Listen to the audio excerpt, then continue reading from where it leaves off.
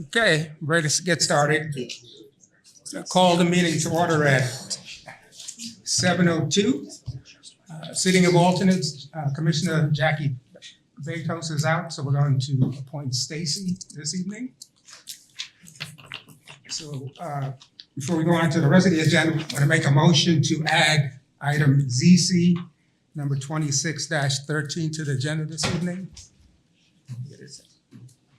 Can I get a second? Do we have a second? Any discussion? All in favor, please say aye. Aye. It passes 6-0, so that's added to the agenda. Next item is approval of minutes, May 14, 2026 special meeting. Any comments? Okay, can I get a motion to approve the minutes from May 14, 2026? I'll second. Okay, moved by Kate, seconded by Shannon. Any discussion? Okay, all in favor, please say aye. Aye. Aye. Passes 6-0. Next, approval of minutes from the May 26, 2026 joint special meeting. Any comments? Can I get a motion to approve those minutes? So moved. Is there a second? Okay, Shannon makes the motion, seconded by Stacy. Any discussion? Okay, all in favor, please say aye. Aye. Passes 6-0, thank you. And finally, approval of minutes from the June 1, 2026 regular meeting. Any comments? No. Can I get a motion to approve those minutes? So moved. Is there a second? Okay, it's moved by Shannon, seconded by Stacy. All in favor, please say aye. Aye. Okay, passes 6-0.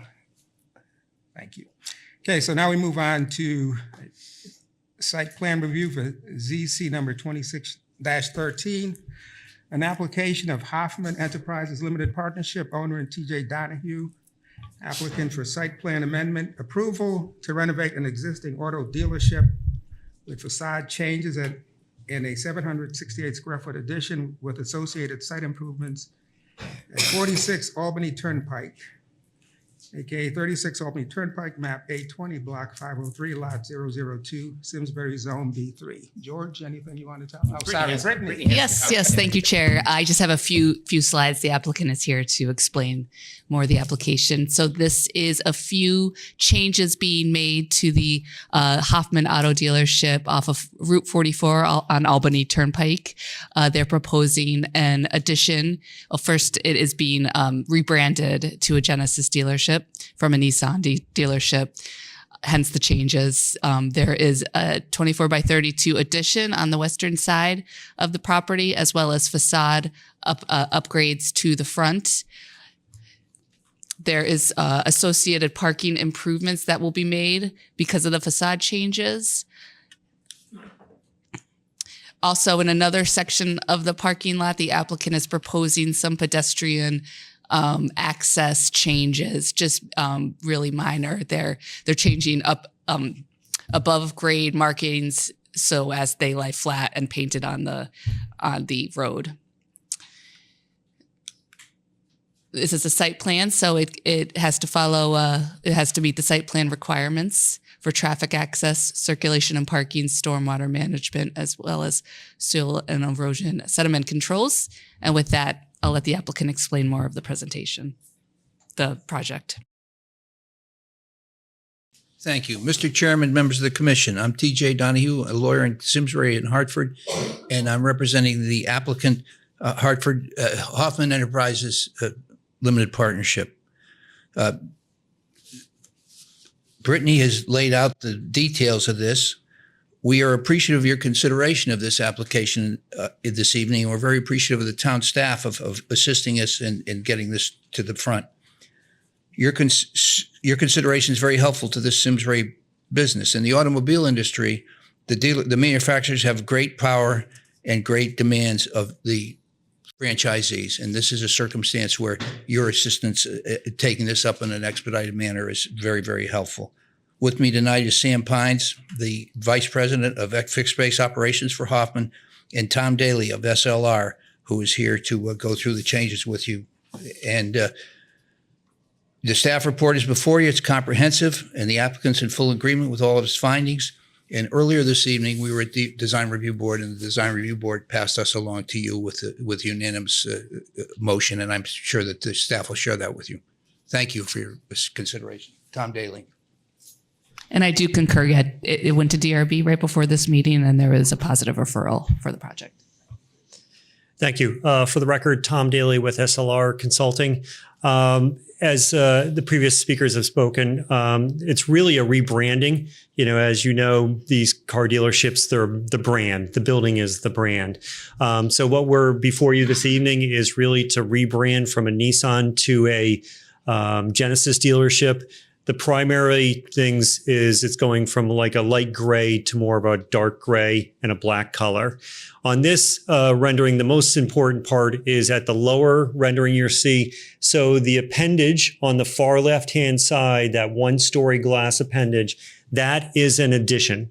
And that's essentially when you buy a new car, you're actually going to drive it out of the showroom. So that's a new car delivery area. The service area on the right side already exists. The other addition to the building is right in the center. There's a new entry statement. So that little block, that one-story block you're seeing where the front doors are, right now the front doors are basically touching the face of the building. We're pulling that out a little bit to have a little bit of a weather enclosure.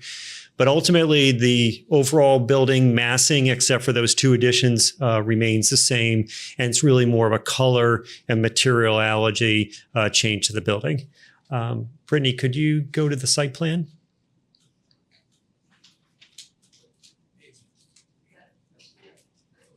Okay.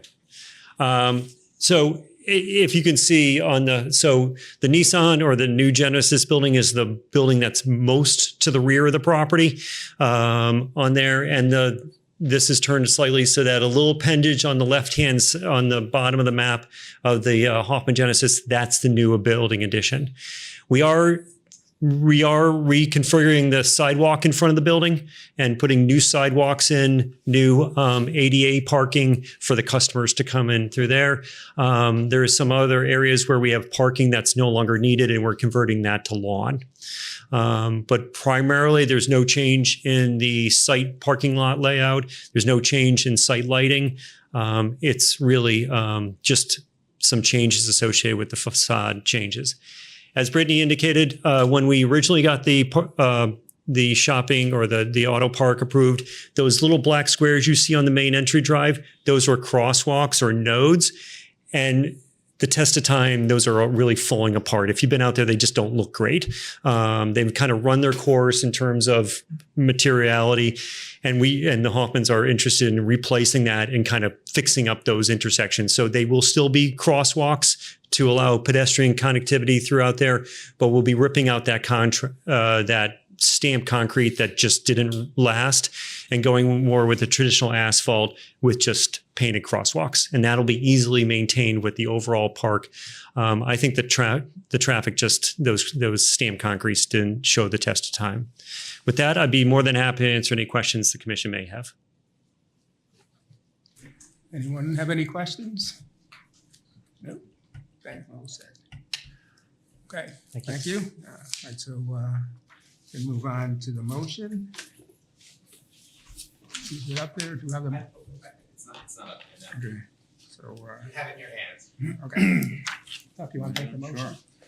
I'll move that the zoning commission approves application ZC number 26-13 of Hoffman Enterprises Limited Partnership owner and TJ Donahue applicant for the site plan amendment approval to renovate an existing dealership with facade changes and a 768-foot addition with associated site improvements, and at 46 Albany Turnpike, aka 36 Albany Turnpike, map A20, block 503, lot 002, Simsbury, zone B3, upon a finding that the application substantially meets the requirements of section 11 of the zoning regulations with the following conditions. 1, the project shall be developed in substantial conformance with the following plans. A, site plan titled Hoffman Genesis Building Additions Facade and Change in Site Improvements, prepared by SLR, dated May 28, 2026. B, architectural plan titled Hoffman Genesis Alteration, prepared by Penny Design Group, dated April 3rd, 2026.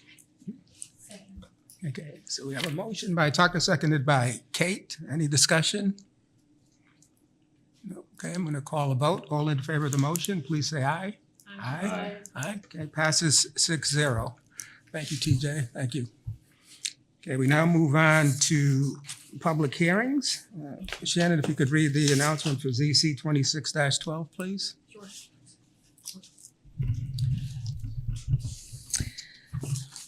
An application of Donna Scala, owner, Robert Scala, applicant, for a special exception pursuant to Section 6.3 and Section 12 of the Simsbury zoning regulations to install a propane tank in the floodplain at 60 Riverside Road, Assessor's Map Block Lot G12 107035, Simsbury Zone R15. So this is a special exception for a home located in the floodway on Riverside Road, a more minor project. However, because of it's in the floodway, it does require a special exception. It is for 3 100-gallon propane tanks proposed at the side of the home on Riverside. The entire parcel is in the floodway, so it can't meet that one of our floodplain regulations to have it be above what we call the base flood elevation. It received a variance with the Zoning Board of Appeals because of this, and that was back in April 22nd. I do want to note the installation of the tanks will meet building code requirements.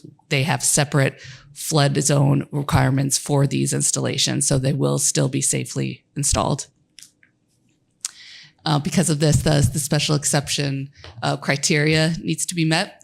We have the homeowner here, and if there are any questions for him.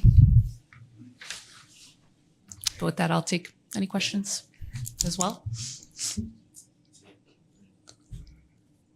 Who is the homeowner?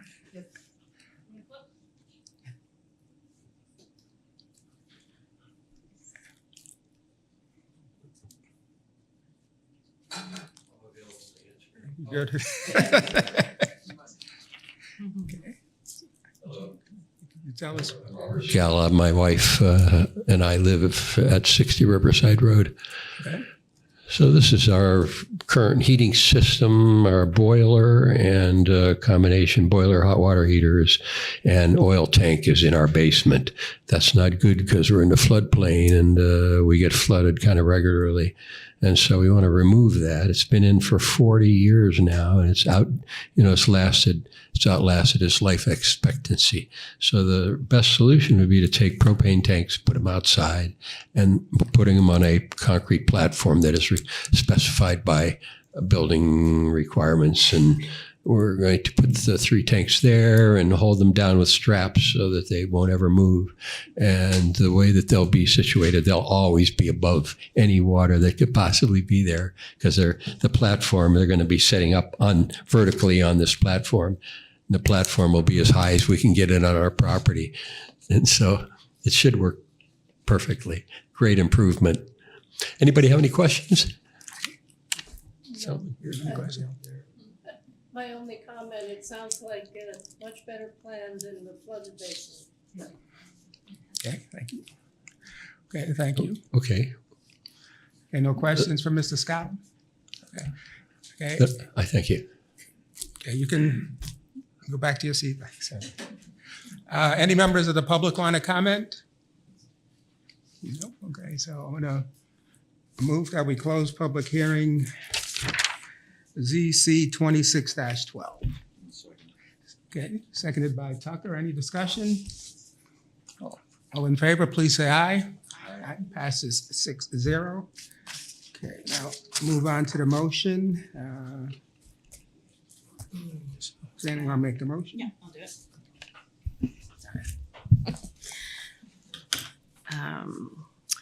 I move that the Zoning Commission application ZC 26-12 of Donna Scala, owner, Robert Scala, applicant, for a special exception pursuant to Section 6.3 and Section 12 of the Simsbury zoning regulations to install propane tanks in the floodplain at 60 Riverside Road, Assessor's Map Block Lot G12 107035, Simsbury Zone R15.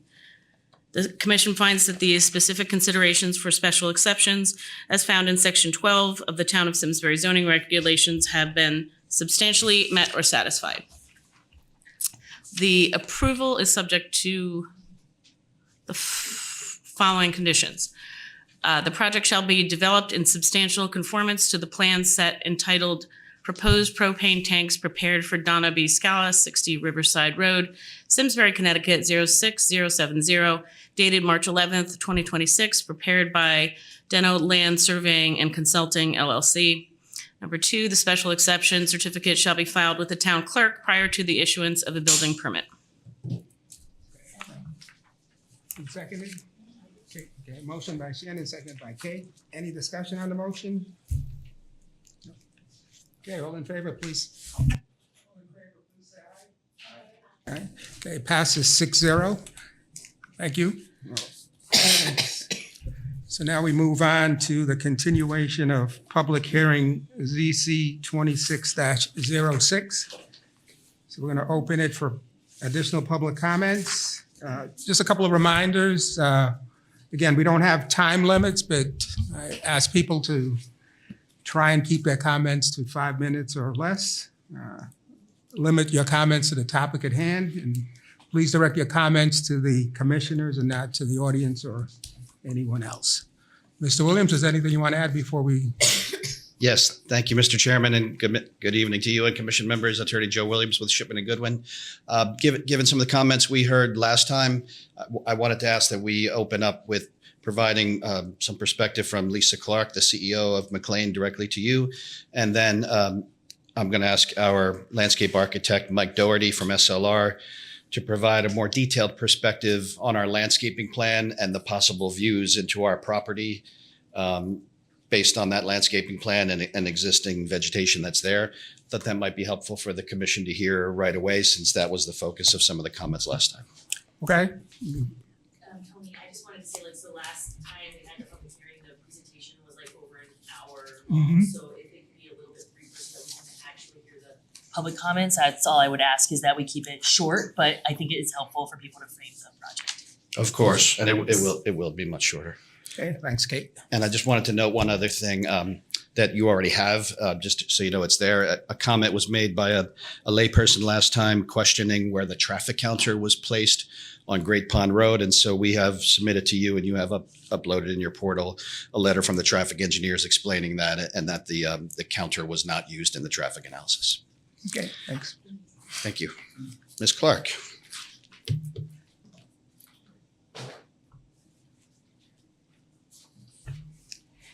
Thank you, Mr. Chairman and members of the commission. I'm Lisa Clark. I'm the president of McLean, and I want to take just a few minutes to share my thoughts on McLean's role in Simsbury and the responsibility we feel to our residents and to the broader community. McLean has been a part of this town for more than half a century. We are proud to serve older adults and their families, and we have always seen ourselves as part of something larger than just the property we're on. Throughout the year, our campus hosts educational programs, wellness activities, volunteer opportunities, and so on. I know we talked about that a little bit before, but I do think it's important to share that whether someone lives on our campus or attends one of our programs or lives in the community or just visits the game refuge, it's all important. And we hope that McLean is seen as a place that contributes to the well-being of the broader community. Those connections are an important part of who we are and how we seek to contribute the quality of life in Simsbury. Throughout this process, we have listened carefully to feedback and made changes where we could. We appreciate the thoughtful engagement from neighbors, town commissions, and professional staff, and we believe the proposal before you reflects a genuine effort to respond to the concerns while remaining true to McLean's mission and long-term responsibilities. We also recognize the communities evolve and they need to change, and we must adapt to remain relevant and responsive. One thing that makes McLean special is the connection people feel to this property. For many years, McLean has welcomed our neighbors to enjoy portions of the campus, including the meadow area that is part of this proposal. The fact that so many people care deeply about this property is a source of tremendous pride for all of us at McLean. Over decades, McLean has worked to be a welcoming place, and people have built lasting connections to the campus as a result. Those connections did not happen by accident. This reflects years of stewardship, investment, and deliberate commitment to keeping McLean connected to the broader community. We see those connections as a source of strength, an important part of McLean's future. We look forward to continuing the conversation about how McLean can be a resource to our local communities, whether in housing, care for seniors, or vital support and education for caregivers. While this proposal will bring new residents to a portion of the property, we fully expect visitors to continue to enjoy the entire campus and all that McLean has to offer. We are grateful for the time and care that has gone into this process and for the long-standing partnership between McLean and the town of Simsbury. For generations, McLean has sought to serve not only people who live on our campus, but the broader community as well. We are proud of that legacy and are committed to carrying it forward for generations to come. Thank you. Thank you.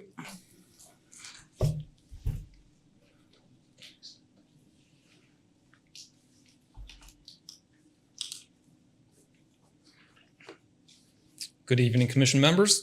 My name is Mike Doherty. I'm the manager of landscape architecture with SLR Consulting. And what I'd like to do is run through a series of slides that's going to delve a bit more into detail on the perimeter buffers that have been spoken about on a number of occasions. I guess you guys have control of the slides. Okay. Would you be able to go full screen?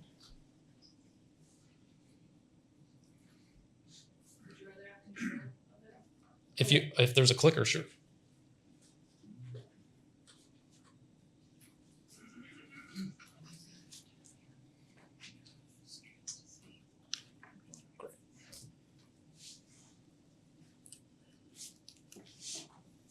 So, as I was saying, there's been much discussion regarding views, tree clearing, property values from the abutting neighbors as well as others living in the Simsbury area. So, the design team thought it was prudent for today to take a bit of time to discuss the buffers as well as take this opportunity to illustrate in a bit more detail for the commission the proposed perimeter buffers in a more graphic detail and try to enunciate it in words. I think it'll be easier to show and understand the related setbacks, separation distances, the vegetation to remain, as well as the proposed landscaping and screening.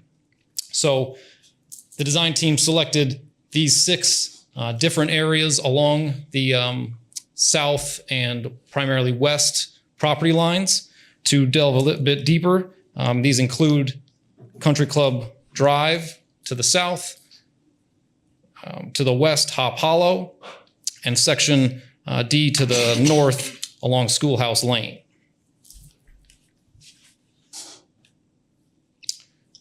So that we all understand the process that we went through to get to these sections and create them, I think it's important to understand some of the steps that we did. So these sections were selected as we looked at the property lines and tried to take apart the areas that had some of the thinnest vegetation. So we prioritized those so that we are kind of taking what we would call maybe the worst case scenarios. We then identified those on our digital drawings and uploaded them to a GPS unit, which you can see just an example image here. This allows us to accurately locate the plan and the proposed clearing limits that are drawn in the field. So we're actually looking at a plan in the field on the screen of the GPS unit that's also locating our position on the ground. So that way we know confidently that we're taking a photo in the location that we want to. And the photos that I'll run through before each section line are taken at the clearing limits that are depicted on our grading and landscape plans. All these photos and work were done by licensed landscape architects. As I said, the photos are at the section locations at the tree line. And the graphic sections have been drafted to depict distances from neighbors, the proposed grading, vegetation to remain, and proposed landscaping. And just to note, the information outside the field survey that we did on McLean's property is based on GPS data that's publicly available. So the accuracy of that is not 100%. So some of these numbers we give plus or minus designations to. So the first section location we call section A is looking towards 10 Country Club Drive. You can see this arrow here in magenta is indicating the location of the picture itself that was taken, and that is the image to the right-hand side. This is in the southeast corner of the site, and we selected this area even though the tree line you can see here is slightly wider than actually just to the west of it. But this area has a thin understory. It's a planted pine grove for the most part. And because of the dense canopy of the pines up above, the understory is very thin. So we wanted to take a section through here to indicate that there is a view shed through the trees themselves because their canopies are so high and pines tend to lose their lower limbs as they mature. You can actually see the residents here at 10 Country Club in the background through the trees in the center of the graphic.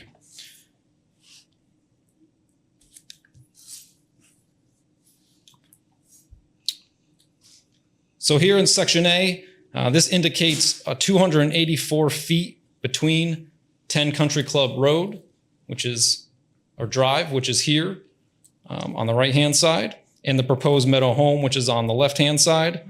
That distance includes 140 feet of vegetation to remain. 86 feet of that vegetation to remain is on McLean's property. The property line is indicated in the white line here.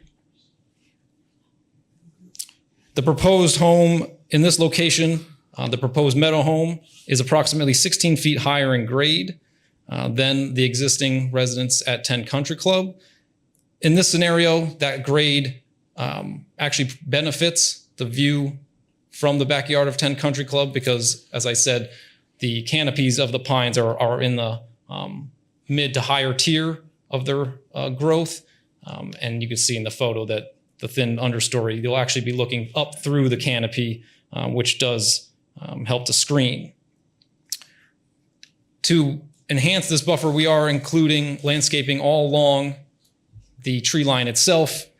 This is about a 20 to 25 foot swath in most cases. It's usually staggered rows of plantings, sometimes a single staggered row, other times double staggered.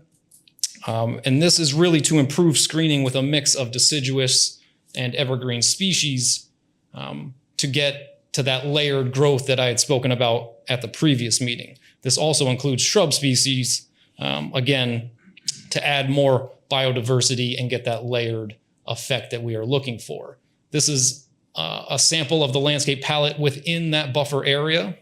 This is not just at the section line itself, but this is the mix. We have oaks, American holly, spruce, fir, hemlock, as well as gray dogwood, mountain laurel, and then some smaller ornamental trees. So you'll see throughout the landscape palettes are similar in effect where we have smaller understory shrubs, mid-sized ornamental trees, which are typically flowering and fruiting, and then the larger shade trees, the oaks and maples, hickories, and then also the mix of evergreens. These species will range from the shrub layer, a maximum height of typically around 10 feet, up to 40 plus feet for the larger evergreens and shade trees.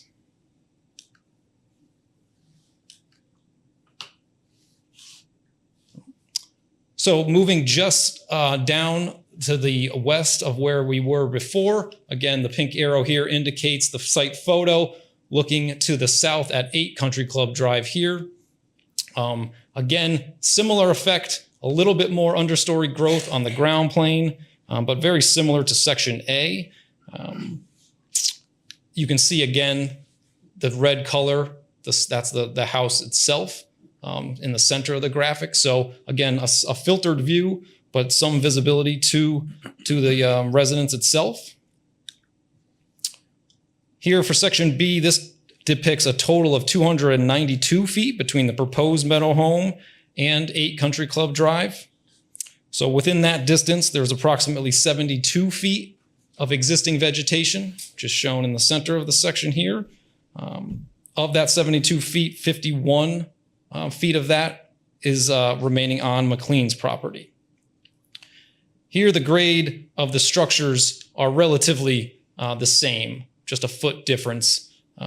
So basically at the same level. There is a slight elevation gain where the vegetation to remain is sited. It's about a 4-foot change in grade there. So minor, but it does help to screen some of that. You could see in the photo here how it kind of rises up, and you're not seeing the bottom floor fully, but kind of halfway up that first floor. Here again, there's the addition of the 25-foot landscaped swath in front of the tree line. Again, this will weave along that tree line and be a mix of evergreen trees, deciduous trees, and shrub species. Here, some species are the same as the spruce and hemlock. There's the introduction of balsam fir, as well as the tulip tree and sycamore, which are some different deciduous trees that weren't in the above or the section A graphic.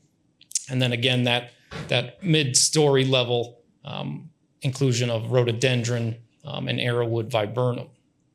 Again, ranging from that 10-foot to 40+ feet in growth. Moving again down page to the west. Here, the magenta arrow is looking towards 4 Country Club. This is the Franks residents who have provided opposition comments throughout this process. You can again just slightly see some of the structure here in the center of the graphic. This one's a little bit more difficult to see, but you can see a beginning of change in some of the species of the woods here. Not all pine. You can actually see some other deciduous tree species. So there's a bit of a change. This is moving down towards Hop Brook. And so there is a change from that planted pine grove that we began with section A.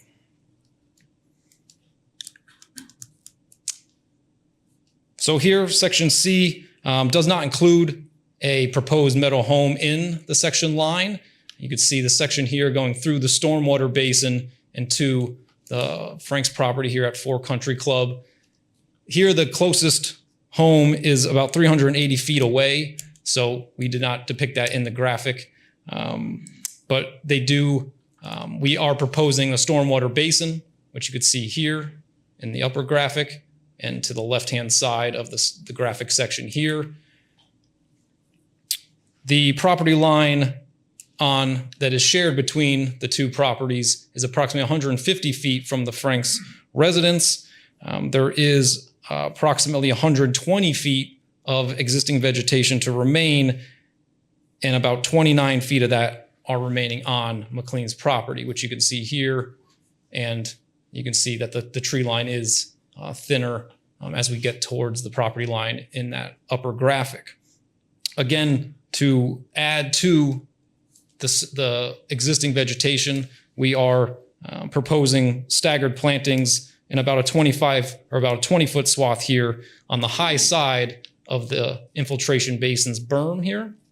So these will be, again, at the base of the tree line, and again, a mix of similar species that we spoke about before, including deciduous trees. Here we have pitch pine, white spruce, and serviceberry and arrowwood, which have continued through most of the sections here.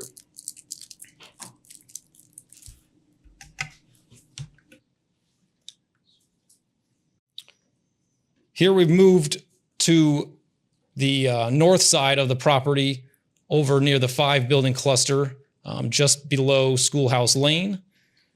This is standing looking up towards Schoolhouse Lane. So we're at the kind of edge of the meadow where there's a cleared pocket that kind of carved into the existing tree line.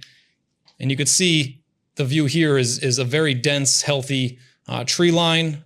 It's also a mix of evergreen trees. You can see pines in the foreground here, a few hemlock, and then as it moves to the left-hand side, more deciduous trees. This is actually a great example of the layering and the diversity that we are proposing to achieve with our proposed landscape buffer plantings.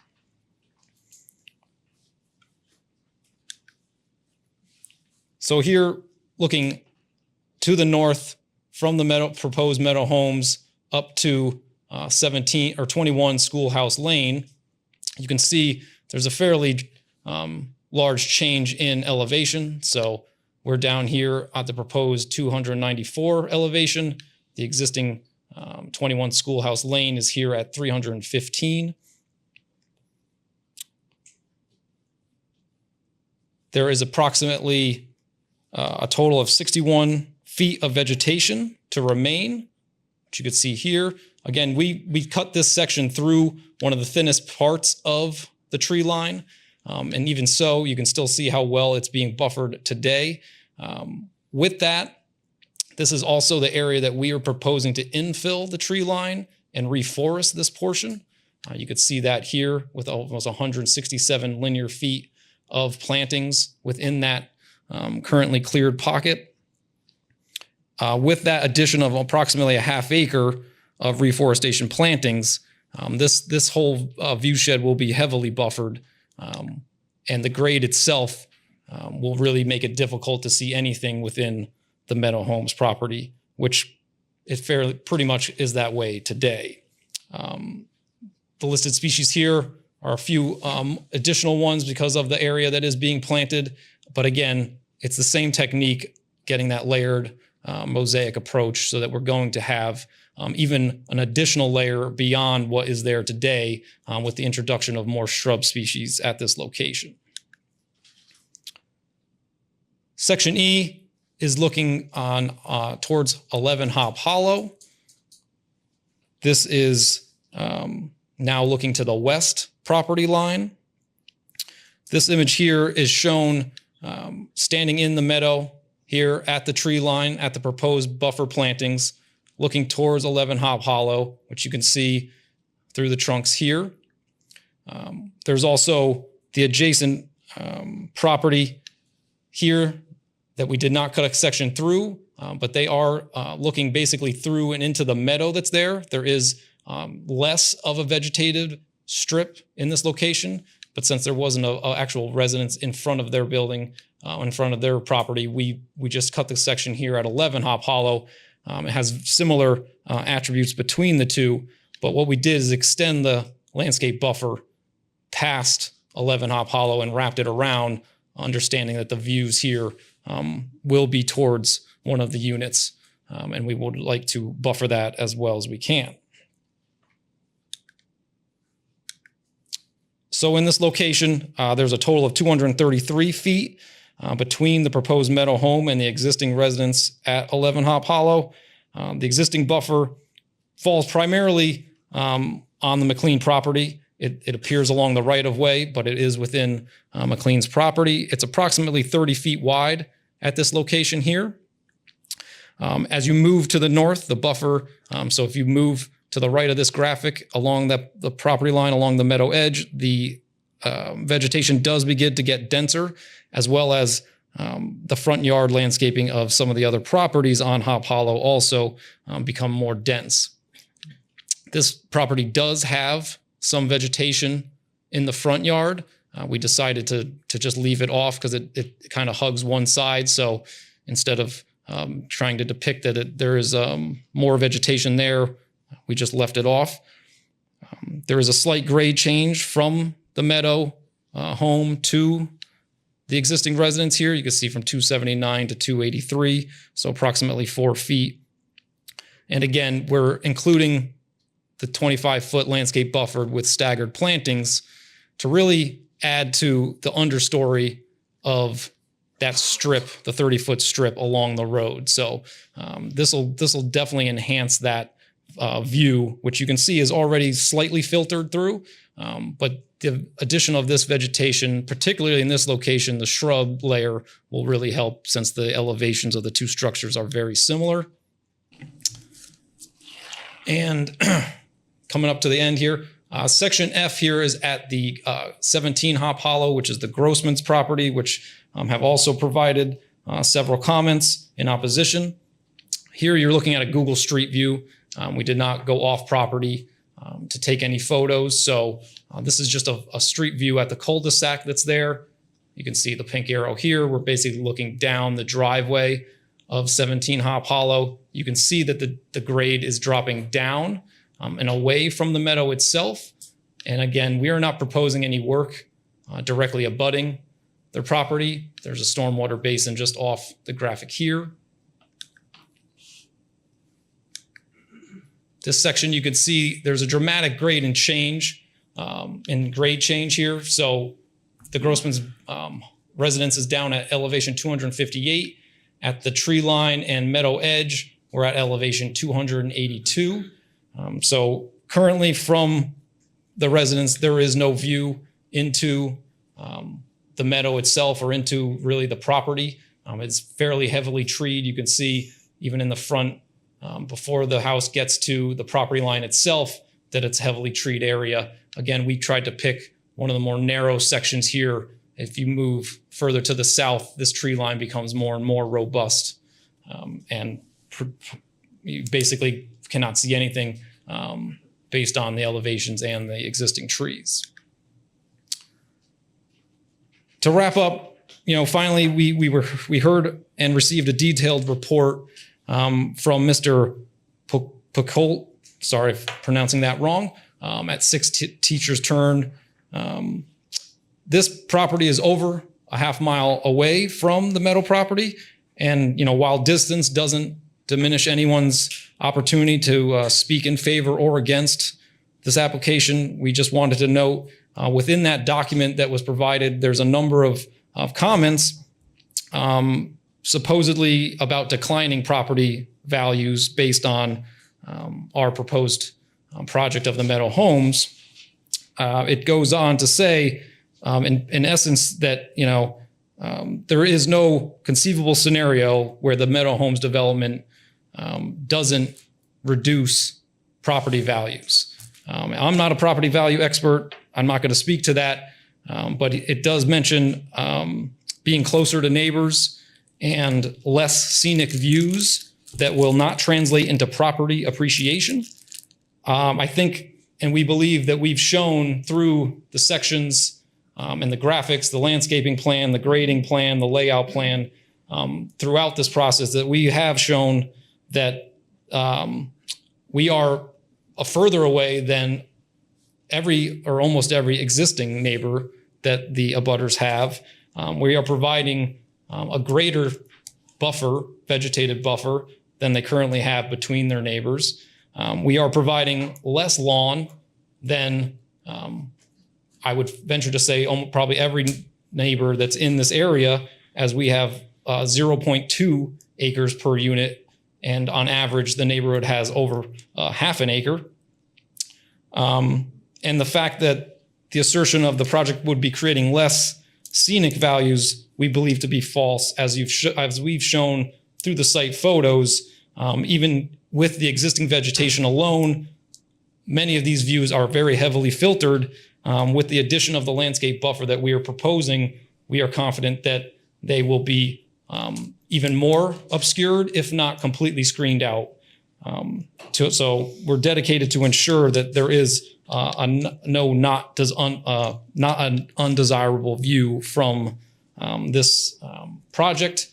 And we've gone as far, and McLean has gone as far as replying in comment letters that we would work with the neighbors during construction to site any trees, any vegetation that we need to make sure that we're providing the best screening that we can. And so just to close, those plant locations that are shown on the plans aren't just then put in the ground based on that. We'll be out on site, staking those in the field and making sure that they're in the correct location so that they do provide the greatest buffer possible. And we are using over 80% evergreen species to provide a year-round buffer and not just a seasonal buffer. With that, Joe? Okay, you all set? That's the addition we wanted to give you, Mr. Chairman, and I'll just reserve the right of the applicant to respond to any and all public comments after they may come in tonight. Okay, thank you, Mr. Williams. Thank you. Okay. Anyone want to comment? Public?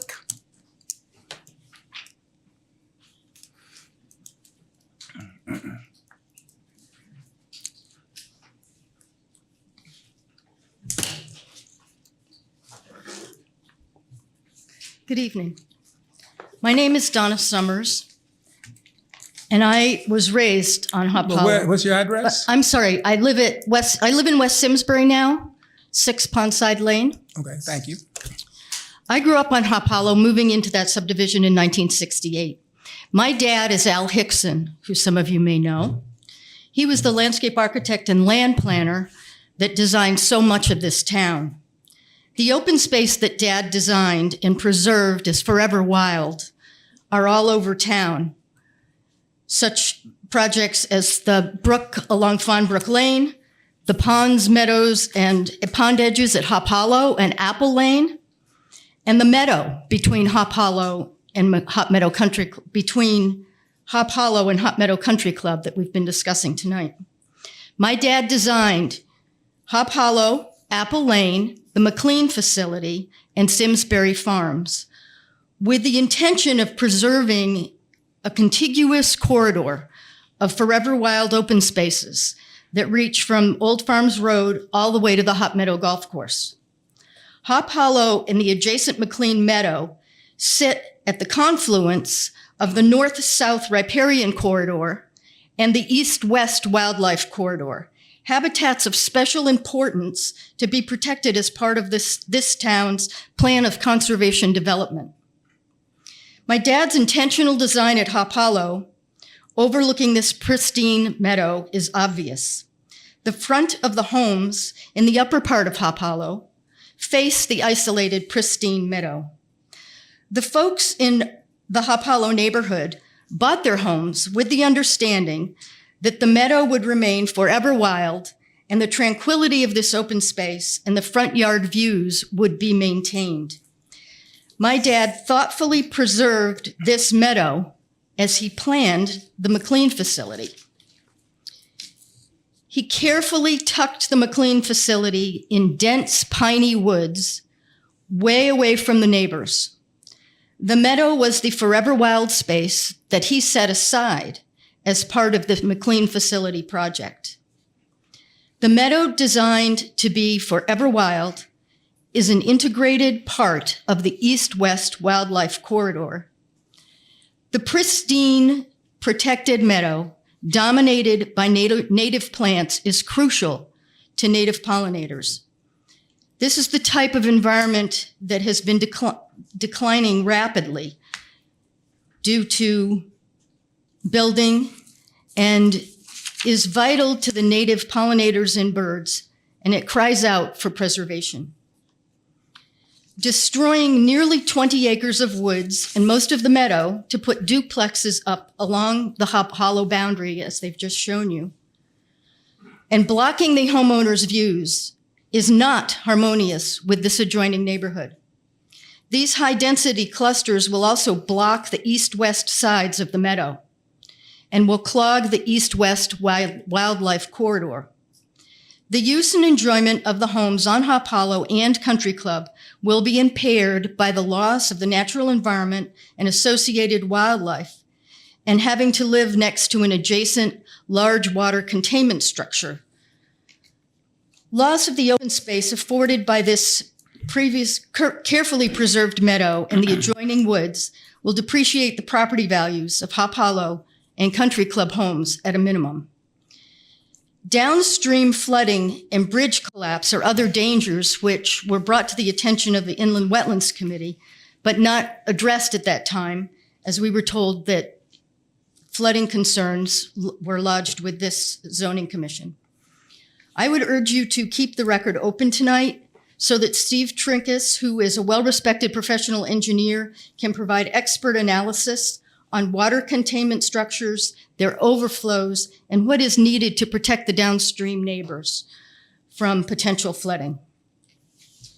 McLean's request to be excused from the central tenets of the local regulations should be denied. I come before you having practiced environmental and administrative law for 36 years as an assistant attorney general. I'm now retired. I also have a master's in aquatics, specializing in aquatic toxicology. I'm speaking from my own personal knowledge and in a personal capacity. The list of the substantive requirements in your regulations for granting the exception uses the word shall. Shall, along with the must not and will not, are all mandatory in this context. This project shall be, according to in the regulations, shall be harmonious with adjoining neighborhoods. It is not. This project must not impair the reasonable use of properties who now look out on the meadow and woods with their attendant wildlife.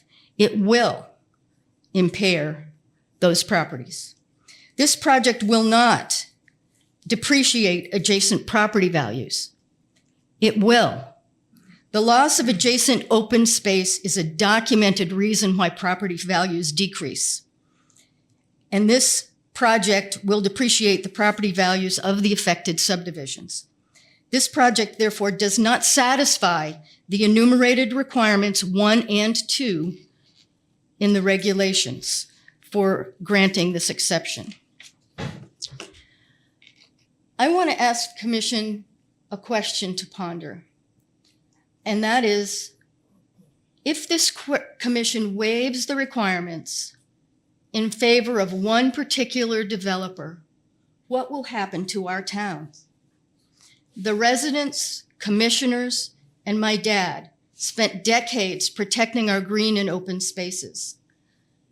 The result is a town appreciated for the forever wild areas by townspeople and visitors alike.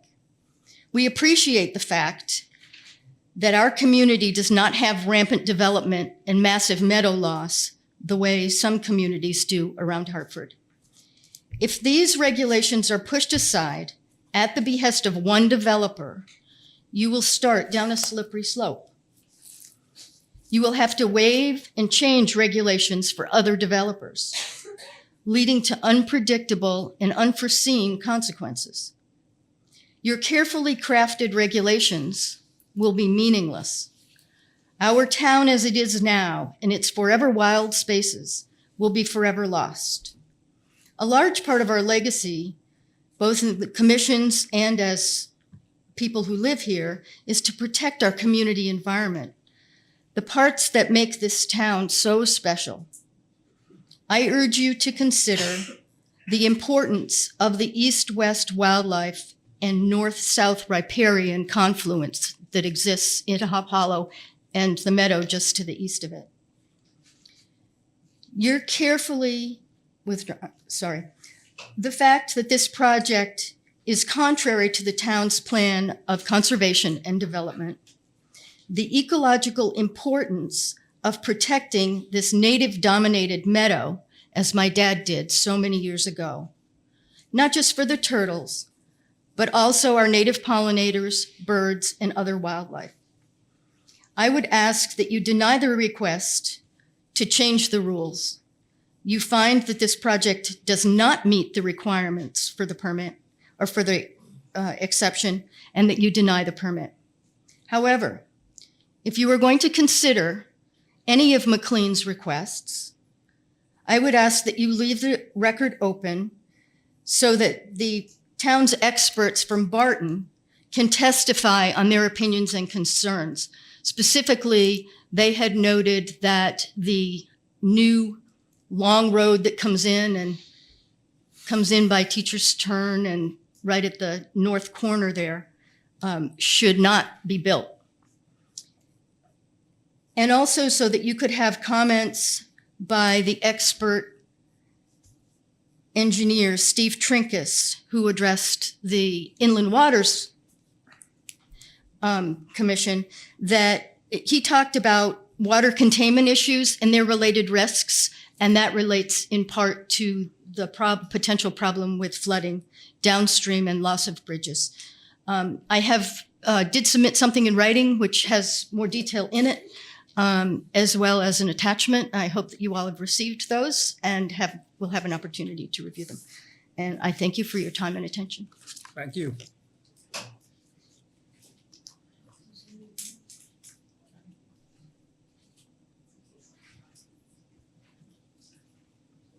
Hello. My name is Matt Sturdivant. I live at 14 Shady Lane. My property includes land on both sides of Hop Brook, where the McLean Affiliates property drains into the brook. So I want to begin by acknowledging one positive thing that's come from this proposal. Over the past year and a half, I've had the opportunity to meet neighbors I otherwise might not have known.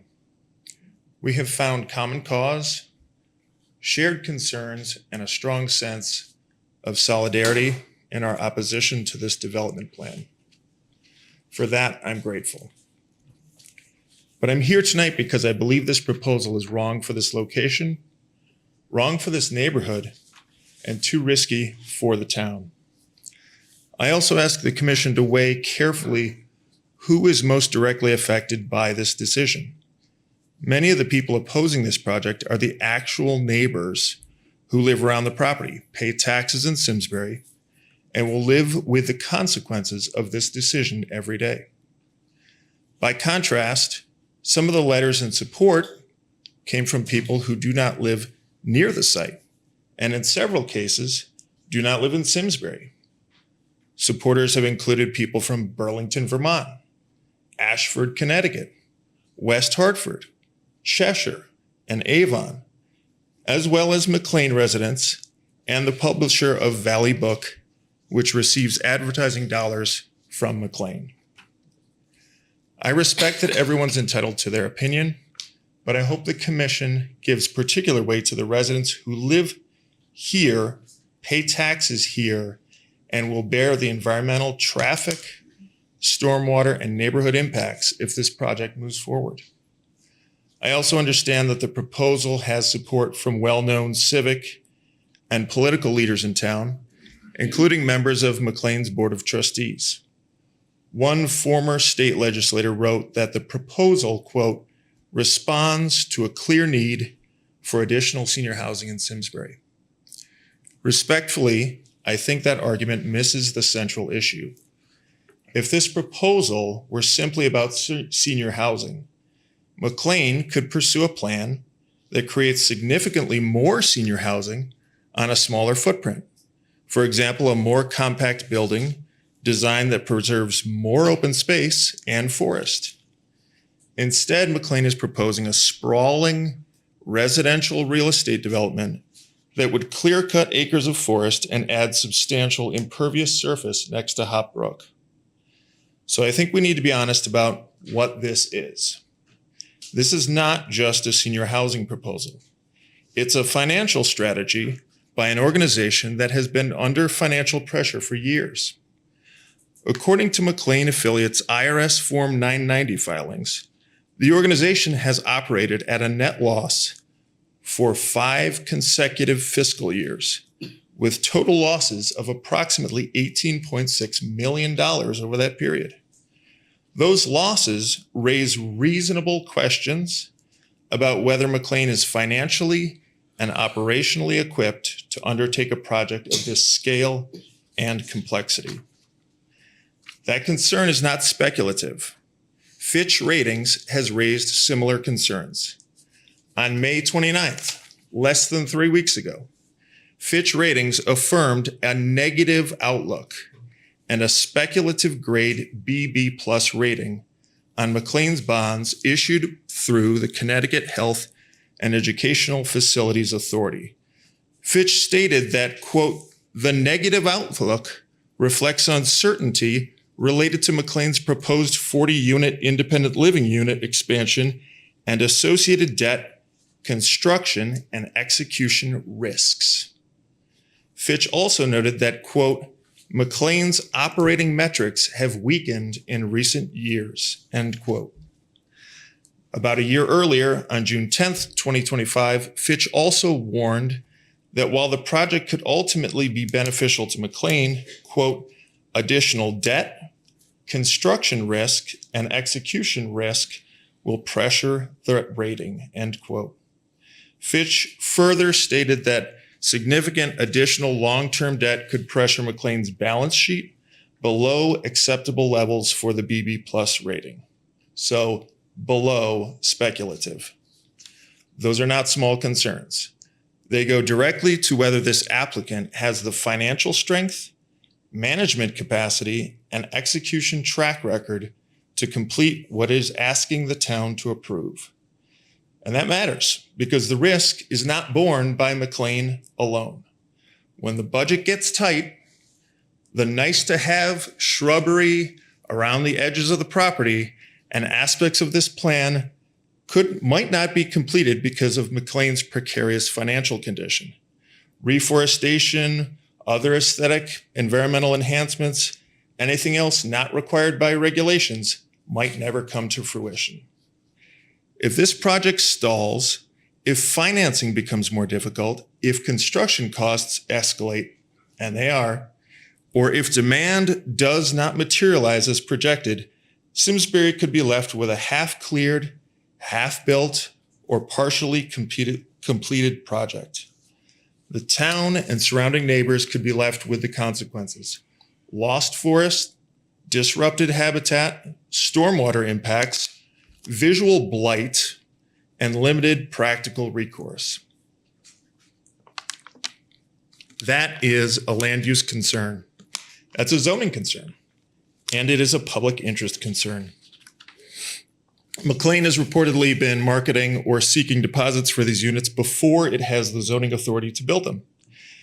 If that's accurate, it suggests McLean has assumed that the commission here is given approval before the commission has completed its work. That's not how zoning should function. An applicant should not sell, market, or financially rely on something it does not yet have the legal right to build. This commission is not a rubber stamp. It is the body charged with protecting the long-term interests of Simsbury. There are also serious environmental and neighborhood impacts. According to its own plans submitted to the town, McLean plans to clear cut approximately 20 acres of hardwood and coniferous forest. The project will bring the total impervious surface in a watershed area to 17.51 acres. That's more than 13 football fields, including the end zones, of rooftops, roads, and driveways, a good deal of which is currently open land, absorbing rainfall, and root systems preventing erosion next to a brook that's prone to flooding. That land drains toward Hop Brook. My property sits downstream, so this is not an abstract concern for me or my neighbors. And as you know, the Town Conservation Commission did not address flooding, only water quality. So it is the Zoning Commission that must consider if this development is worth additional flood risk for the town. In the summer of 2023, record rainfall overwhelmed Hop Brook, causing flooding and erosion along its banks. Simsbury also experienced flooding again that October. We know that small streams and waterways like Hop Brook are increasingly vulnerable to intense rainfall and flash flooding. The U.S. Environmental Protection Agency has documented that climate change is contributing to changes in river flooding patterns, with heavier rainfall increasing flood risks in many areas. We just heard from a gentleman whose basement floods regularly. We do not need to look far for examples. Hurricane Irene in 2011, the devastating flooding in southwestern Connecticut in August 2024, Hurricane Helene's impacts in western North Carolina in 2024, all show how quickly small waterways can become dangerous under extreme conditions. Adding acres upon acres of impervious surface next to Hop Brook is not a neutral act. It has downstream implications for neighboring properties, for town infrastructure, and potentially for athletic fields surrounding the high school. The project would remove acres of forest habitat and replace it with dense duplex-style housing. This will displace wildlife at a time when Simsbury residents are already dealing with more frequent bear encounters and wildlife pressures. It is reasonable to ask where those animals will go when this land is cleared. There's also a basic zoning issue. The current zoning is for single-family residential homes on lots of at least 40,000 square feet. McLean is not proposing single-family homes. It is not proposing one housing unit per 40,000 square feet. The proposal does not fit the zoning framework that residents relied on when they bought homes in this area and paid taxes in this neighborhood. And speaking of taxes, I would urge caution about any argument that this development meaningfully helps Simsbury's grand list. McLean affiliates sued the town of Simsbury in 2023 over the town's assessment of its property at 50 Sarah Lane. The town had assessed the property at approximately $17.98 million. McLean wanted it to be $11 million, a reduction of nearly 39%, according to the court filing in State Superior Court. Last year, the town of McLean settled in court on an assessed value of approximately $15.05 million, representing a reduction of about 16.3%. So if the applicant argues that this project will benefit the town financially, the commission should view that claim in the context of McLean's history of seeking and receiving tax reductions, even as many Simsbury homeowners have faced rising property taxes. Finally, there's the question of long-term maintenance. This proposal is not just about building homes. It creates a permanent obligation to maintain roads, stormwater systems, landscaping, retained open space, drainage infrastructure, and the overall site. Given McLean's financial losses, weakened operating metrics, and Fitch's concerns about debt, construction, and execution risk, it's fair to ask whether McLean is the right organization to take this on at this time. This commission does not need to decide whether McLean is a valuable institution. It is. McLean has served people in this community for many years. But the question before you is different. The question is whether this specific project in this specific location under these specific financial and environmental circumstances deserves approval. I respectfully submit that it does not. The project is too dense for the zoning. It removes too much forest. It adds too much impervious surface near Hop Brook. It creates too much downstream stormwater risk. It relies too heavily on financial assumptions from an organization that has reported years of losses and carries a speculative grade credit rating with a negative outlook. And it asks nearby residents and the town of Simsbury to absorb too much risk. For all those reasons, I respectfully urge the commission to reject this application. Thank you.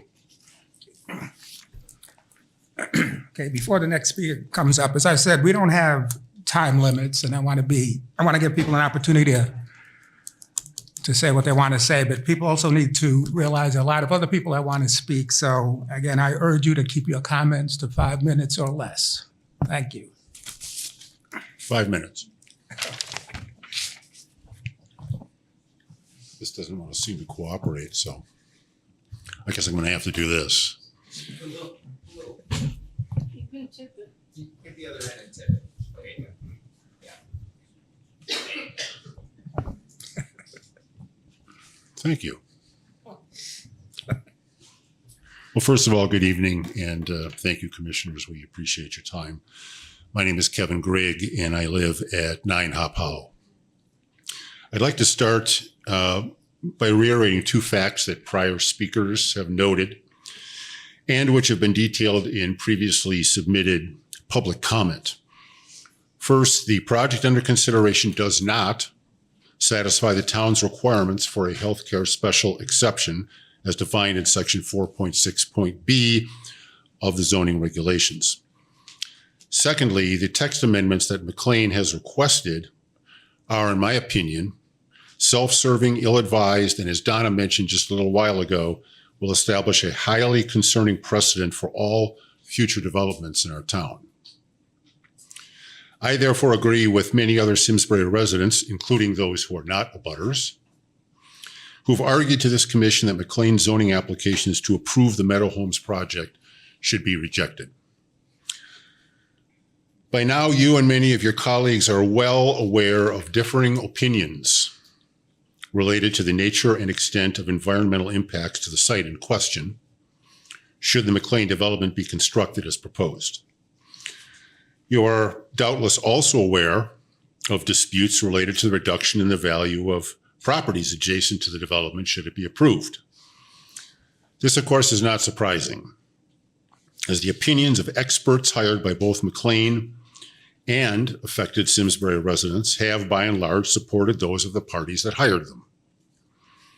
In such circumstances, I believe it is wise to rely on both common sense and good faith compromise to serve as fair and reasonable arbiters of these disputes. Common sense insists that a development of the nature and scale of that proposed by McLean will, without question, result in adverse and irrevocable environmental impacts to the site in question. How adverse, of course, remains a matter of debate. Common sense also insists that the value of adjacent properties will decline. Again, the extent of that financial impact, while doubtless material, also remains a matter of debate. As far as compromise is concerned, I assume that the folks representing McLean will state that they have already made a number of compromises related to the layout of the site. Many of those alleged compromises, such as the use of lower intensity street lighting and reducing the number of wetland crossings, those should have been included in the original design.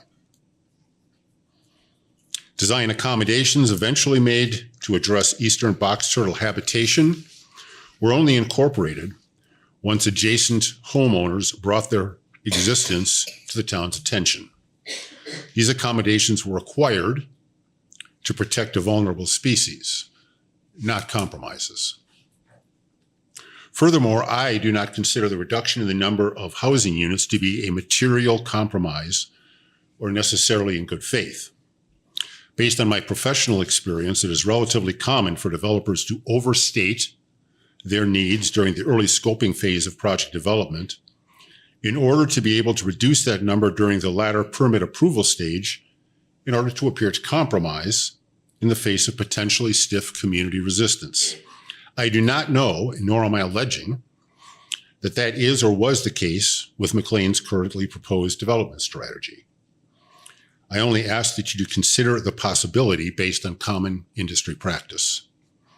In any event, a far more meaningful compromise would have been and would be to reduce the footprint of the development through consolidation, as Matt mentioned just a few moments ago, as was done during the planning, design, and construction of McLean's current campus layout.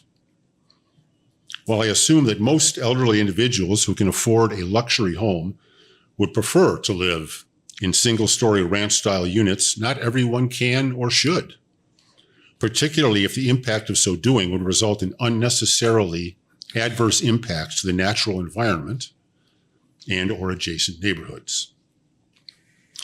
A second and equally important aspect of ensuring meaningful compromise and validating McLean's claim to wanting to be a good neighbor would have been for them to have voluntarily worked with a small group of individuals representing the affected neighborhoods adjacent to the site to refine their plans in a manner that would ensure a final design that would demonstrate a greater level of sensitivity to both the natural environment and the valid concerns of the taxpayers and homeowners of at least 37 adjacent properties.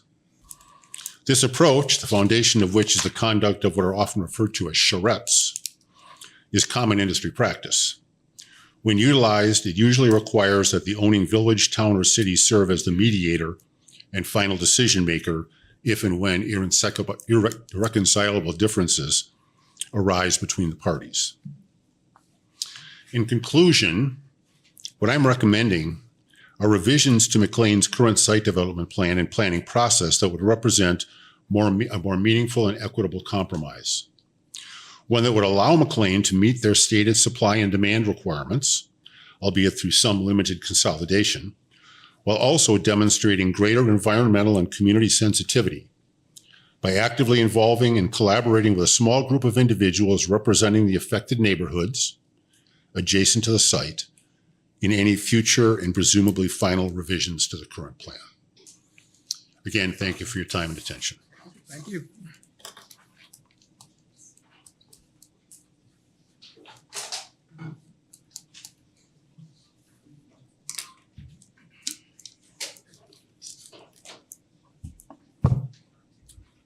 Bring that down a bit.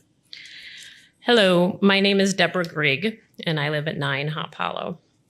I'd also like to begin by echoing something that prior speakers have noted and has also been detailed in previously submitted written public comment. First, the Meadow Home expansion project does not satisfy the town's requirements for a healthcare special exception as defined in section 4.6B of the zoning regulations. And second, the text amendments that McLean has requested are self-serving, ill-advised, and will set a highly concerning precedent for all future development projects in town. For these two reasons alone, I agree with the many other Simsbury residents who have argued to this commission that McLean's zoning application for the Meadow Homes project should be rejected. With that said, I'd like to use my existing remaining time to focus your attention on two additional issues: lack of community engagement and wildlife. And I hope that you'll take into consideration these things as you evaluate McLean's applications. I'd like to express my profound disappointment with McLean's handling of community engagement process for the proposed Meadow Homes. Yes, we did receive a letter in October of 2024 that outlined their intent for development and invited us to learn about the project. Yes, McLean hosted an open house for their residents and the neighbors of McLean to provide an overview of their plans. Both of these opportunities were one-sided. McLean told us what was going on and did not ask for our opinions or for our input. It was not a conversation. As an abutter who will be directly impacted by this development, I expected and deserved a transparent process that gathers feedbacks from neighbors and abutters. It would have been appropriate for McLean to offer a charrette where neighbors and abutters could work together with engineers, architects, landscapers in a workshop setting to brainstorm and design a development together. This would have allowed neighbors and abutters a chance to voice their concerns, ask questions, and collaborate on solutions. Unfortunately, McLean has consistently bypassed meaningful community engagement. Instead of working with the surrounding community, they've simply told us what their plans were. McLean has failed to host adequate open community meetings, depriving residents of the opportunity to engage in honest dialogue. While it's easy for McLean to get caught up on the monetary gain that comes with a new project, it is important to not overlook the opinions of the neighbors that they're impacting. McLean should have open communication with its neighbors and abutters because it's the right thing to do. However, McLean has lacked corporate social responsibility and has not leveraged our knowledge, concerns, and experiences to produce a strong project. Instead of the neighbors and abutters being treated like an asset, McLean closed the meadow and the surrounding woods and no longer allowed us access, treating us like the enemy. Instead of breaking down barriers and working alongside neighbors who know the meadow and the surrounding woods better than they do, they have created an adversarial relationship. A project of this magnitude will permanently alter our neighborhoods and the connective tissue that joins them together. It is unacceptable to advance it without the input and buy-in of the people who live there. Therefore, I respectfully urge the Zoning Commission to require McLean to conduct comprehensive, open community engagement sessions before any further approvals are considered. Our property lies directly across from the proposed Meadow expansion project. We'd be able to see these homes out our front door and all of our front yard. And in fact, we're close enough you could kick a soccer ball from our property to one of the new Meadow homes. We, along with our adjacent neighbors, invite the commission to come and see what the proposed Meadow homes would look like from our property. while I do appreciate when the landscaper came up and showed pictures of the landscape buffers that McLean is proposing, this is obviously when the trees are leafed out. This is half the year. This is not what the other half of the year looks like. We all know when a developer is tight with funds, the first thing to go is landscaping. And we all have great concern that these buffers will be at the bottom of their list. One other thing that's missing from the landscaper's presentation is really referencing the size of these plantings. Are we talking about a 2-foot tree, a 3-foot tree, a 10-foot tree? And maybe years down the road, the trees will be tall enough to provide a buffer, but likely not in the beginning. My husband and I and our 2 children have lived on Hop Hollow for over 13 years. Our neighbors have lived there a combined 150 years just on Hop Hollow. We all bought our properties with the understanding that the meadow would never be developed as it's not zoned for it. With McLean's blessing, our street has mowed a walking trail around the outer edge of the meadow for over 25 years. We have placed birdhouses around the meadow to encourage additional nesting. We have cleared fallen trees from the walking trail after the storms. We have walked, ran, explored both the meadow and the surrounding woods alone with our children and with our dogs. I have personally worked with several Boy Scouts on completing multiple merit badges in the meadow. Our street knows, loves, and honors this space. It has been important to all of us to leave no trace when spending time in the meadow or the surrounding woods. It is a treasured, living, breathing piece of land that deserves to be protected. I think the world needs more people who understand that every nest, burrow, and den and wetland is someone's home. Everyone's safe, someone's safe place, someone's entire world, and that deserves our respect. The Commission is required to consider environmental impacts, including impacts on wildlife and habitat. There is no evidence in the record that a formal, complete wildlife study was conducted. Without a wildlife study, the Commission cannot determine whether the project will impact protected species or critical habitat. Seasonal wildlife use, such as nesting and migration, cannot be assessed without proper surveys conducted at the correct time of year. Without this information, the Commission does not have sufficient data to evaluate potential impacts to wildlife, including any protected or sensitive species that may be present at the site. I respectfully request that the Commission require a comprehensive seasonal wildlife study, including seasonal surveys, before making any decisions on this application. We want to make sure that this east-west corridor for wildlife is properly observed and preserved. The meadow supports a range of wildlife, including grassland birds, such as meadowlarks and sparrows, some of which are declining or protected. The meadow also has native pollinators like bees and monarch butterflies, which are important because of the health of the ecosystem.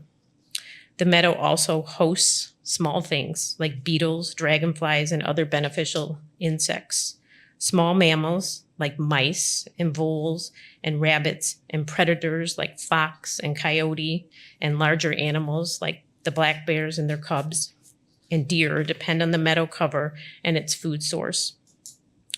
There are also snakes and the protected box turtle, as well as frogs and amphibians in the wetland areas. Grassland habitats are increasingly rare and are critical for declining bird and pollinator populations. The loss of this meadow would remove nesting, feeding, and breeding habitat for these species. Without a formal wildlife assessment, these impacts just have not been adequately evaluated. If we do not protect this wildlife habitat, no one else will. Local decisions like this are where conservation either happens or it's lost. Once this meadow is gone, the habitat and the species that depend on it cannot simply be replaced. Finally, Simsbury is a community that prides itself on being inclusive and teaches values like respect, responsibility, and kindness in its schools. Those are not just classroom ideals. They should guide how we treat our environment and the natural resources entrusted to us. I urge the Commission to require a proper environmental review and protect this important habitat. Thank you for your time and your service to the town and your commitment to ensuring that development benefits all of Simsbury.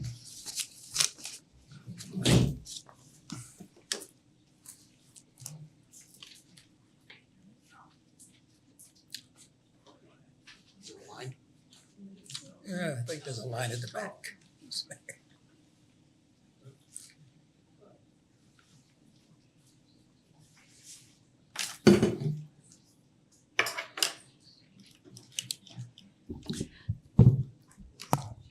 Good evening. My name is Beverly Earle. I reside with my husband at 100 Sarah Lane, apartment 204. And just to be clear, it's an independent unit. We moved in February 2025 from Suffield. I just have 4 brief points to make. On May 18th at the zoning meeting, a number of abutters as well as other people spoke, mostly the abutters and the interveners. Let's be clear about their agenda. They want no development of the meadows owned by McLean. They believe, although they do not own the land where the villas are planned, they have the right to use this property and to dictate its future. They want to stop any cutting of the trees. They are floating many objections, hoping one will work. Mr. Andrew Grossman said that he had, quote, spoken to a neighbor before he bought the house on Hop Hollow, who said that McLean couldn't build on the land. Well, if he were concerned, did he check out the deed? Did it say that? I don't think so. We all know that a neighbor's statement is not legally binding or necessarily true. It may be their hope, but it's not legally binding. This is not dispositive of anything. More concerning is Mr. Grossman's assertion that McLean's finances are not sound. Mr. Matt Sturdivant made a similar complaint at the December 16th meeting of the wetlands. He was concerned about the same thing that the gentleman, I didn't catch his name, spoke at the beginning of this hearing. He was concerned about the net loss on McLean's 990 filing. Fortunately, Keith Robertson, managing director of Ziegler, which is a privately held investment bank and advisors who work with CCRCs, was at that meeting. He stated that, quote, cash flow and balance sheet statements were more important in these nonprofit businesses. He said, quote, McLean was very financially strong, among the strongest, and there's zero concern about financial strength.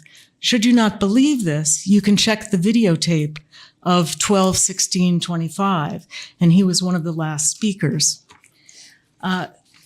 Simsbury zoning regulations 12.1.1 for special exception require, among other things, that, quote, the proposed use will not depreciate adjacent property values.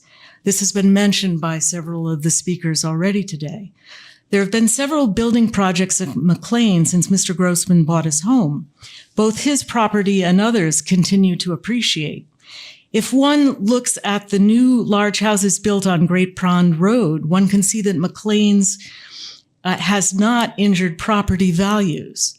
Secondly, the 2024 Plan of Conservation and Development for Simsbury, POCD, does encourage, quote, and quoting 8.1, a dynamic and prosperous climate for economic development in order to provide for goods and services, employment opportunities, and fiscal benefits to the community. I want to point out and underline this. It does not stipulate no development or a moratorium on development. And it's pretty clear that the folks that have spoken so far really want a moratorium on this project, and they want to ignore that McLean's own the land and they bought property without either checking the deed or believing what someone said, oh, no one can ever build on this. Number 4, a more recent letter dated June 4th on the zoning website from Mr. Greg Whitehouse of 11 Hop Hollow has a number of inaccurate statements. I just want to address one. Specifically, he does not understand the structure of independent living at McLean in apartments or villas. For example, these all have full kitchens, but residents sign a lease agreement where they pay one amount for rent, and it includes maintenance, heat, etc., and 25 dinners or equivalents a month. Mr. Whitehouse wrongly deduced that if there were a kitchen, a full kitchen, then they're not getting services or meals, and so therefore they are, quote, luxury residences and not a CRC. This is prima facie wrong. To conclude, McLean has done so much for the environment and its seniors, future seniors, and its 350 plus employees. It has a 110-acre campus and a 4,400 acre game preserve with a full-time game warden and several interns. To do that much for the environment has to weigh in somewhere. They have a plan for the forest and track sightings of birds and small and large animals to note changes in the diversity of the species. When the new villas are built and 40 couples or individuals will be able to share in the McLean community without overshadowing the natural environment, there are no ugly mega mansions here. Surely the benefit of project to Simsbury residents and seniors connected to the area are clear, while the negatives, although I understand that the abutters feel them deeply, are actually minimal. There has not been the community outcry to this project, other than mostly the abutters who want to keep the land they don't own as it was. Unlike the recent Silverman 689 unit proposal presently before the Wetlands Commission. I think you'll see a lot more community antipathy toward that proposal than you see in this relatively small room. I urge your considered review and approval of this project. Thank you very much, commissioners, for your time and attention and for listening. Thank you. Thank you.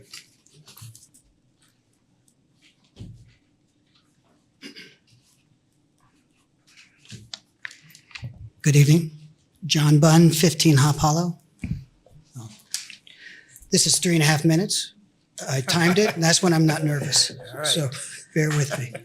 Thank you. You're welcome. Before I begin, I want to go on record that I agree the Meadow Homes expansion does not satisfy the town's requirements for a special healthcare exception as designated in the zoning regs. I also agree that the text amendments that McLean has requested are self-serving and will set a highly concerning precedent for future development in this town. My comments tonight concern a very narrow issue, and it's around the transparency of the density calculations that were used to support this application. Specifically, how steep slopes in the western portion of the site, actually the whole site, were treated in determining development capacity. At the last hearing, a member of this commission asked a thoughtful question regarding the slope of the land, and we heard today about the slope of the land quite a few times, particularly in that western section. That question highlighted what I believe is a possible omission of information on the application. So I'm sure you guys know, right, that your regulations, our regulations, require that every proposed residential lot contains a minimum buildable area rectangle. That rectangle must be free of wetlands, setbacks, and land with average slopes exceeding 20% over a 50-foot distance in the rectangle. While the submitted plans identify steep slope areas, I have been unable to locate any exhibit, table, analysis, or otherwise that defines total acreage of slopes exceeding 20%, the amount of those slopes located within the western development area.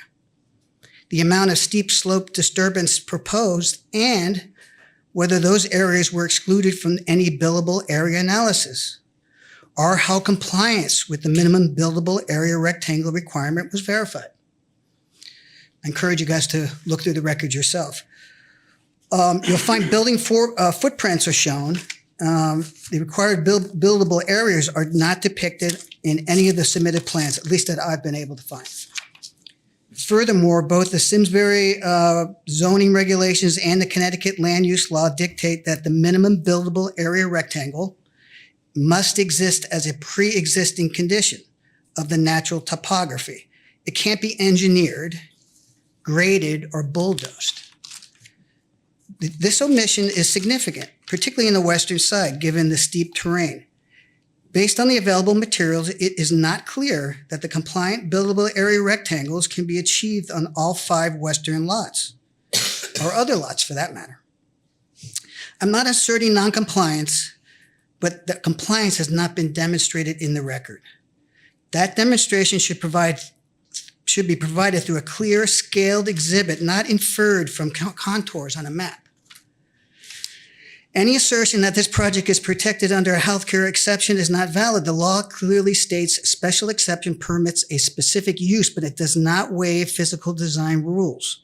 The applicant must prove full compliance with every mandatory dimensional standard. My concern is that the applicant has omitted required information, as they have done throughout this process, to be honest. We cannot assume compliance where it should be clearly demonstrated. I respectfully ask that this missing information be included and made part of the record before this commission takes any action. Thank you for your time. Thank you.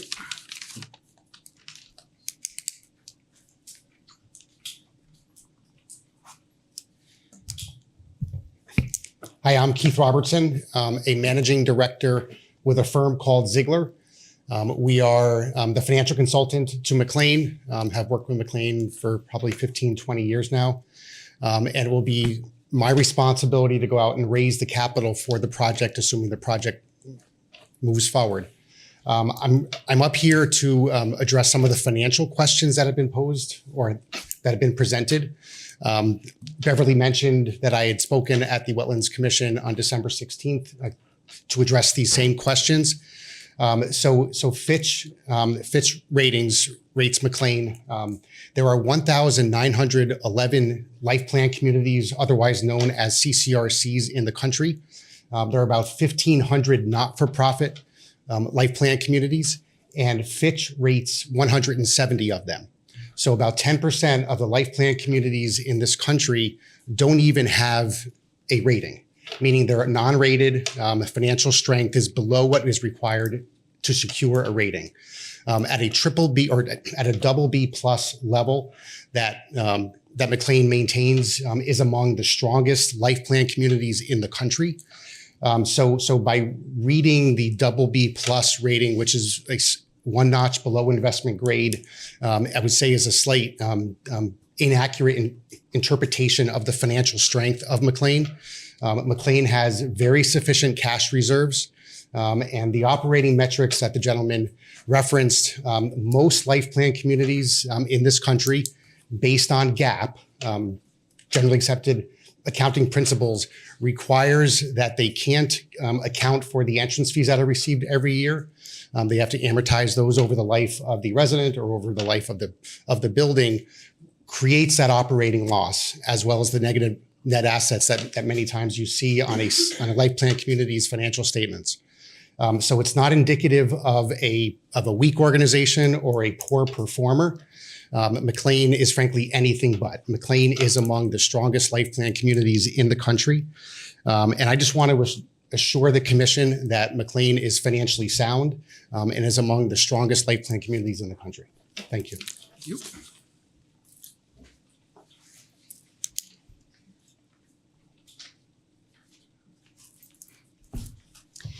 Hello, I'm Jean Miles. I live at 34 Redstone Drive in Weetog, and I want to say thank you to all of you for listening to all the things that you have to listen to at these meetings. And mine is definitely brief because I wasn't sure I was going to speak, and I had written down 3 key points, but after hearing others speak, I can't sit there because I worked at McLean for 31 years. I've lived in my home for almost 40 years.